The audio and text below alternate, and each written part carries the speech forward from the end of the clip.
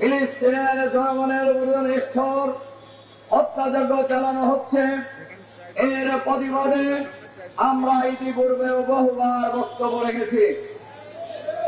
আমরা লক্ষ্য করছি নিষ্ঠুর ইসরায়েলি বাহিনী ফিলিস্তিনের গাজায় একের পর এক নিষ্ঠুর গণহত্যা পরিচালনা করছে।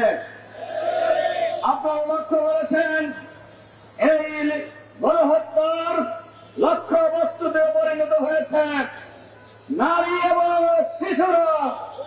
এই গণহত্যার লক্ষ্যবস্তুতে পরিণত হয়েছে ফিলিস্তিনের সাধারণ জনগণ।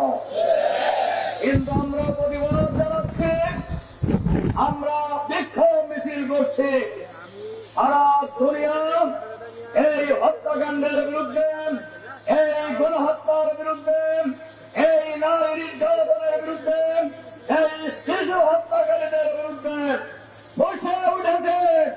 সর্বশেষ আপনারা লক্ষ্য করেছেন গতকাল যে ত্রাণবাহী জাহাজে নৃশংসভাবে হামলা পরিচালনা করা হয়েছে।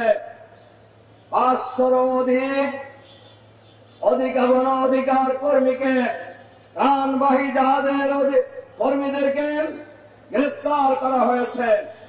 আমরা ইতিমধ্যেই লক্ষ্য করেছেন বিশ্বের প্রায় অধিকাংশ দেশ ফিলিস্তিনের স্বাধীনতার পক্ষে মত দিয়েছে।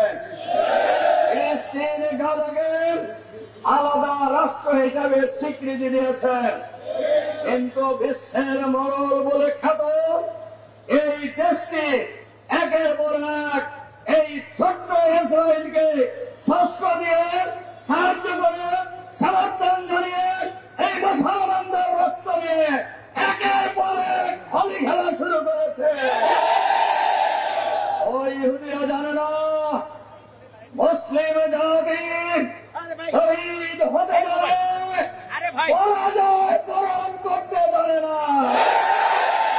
বিশ্বাস করি শহীদের রক্তের বিনিময়ে ফিলিস্তিন স্বাধীন হবে। ইসরায়েলের গণহত্যার নিন্দা জানানো হয়েছে, তাদেরকে মুক্তি দেওয়ার দাবি জানানো হয়েছে।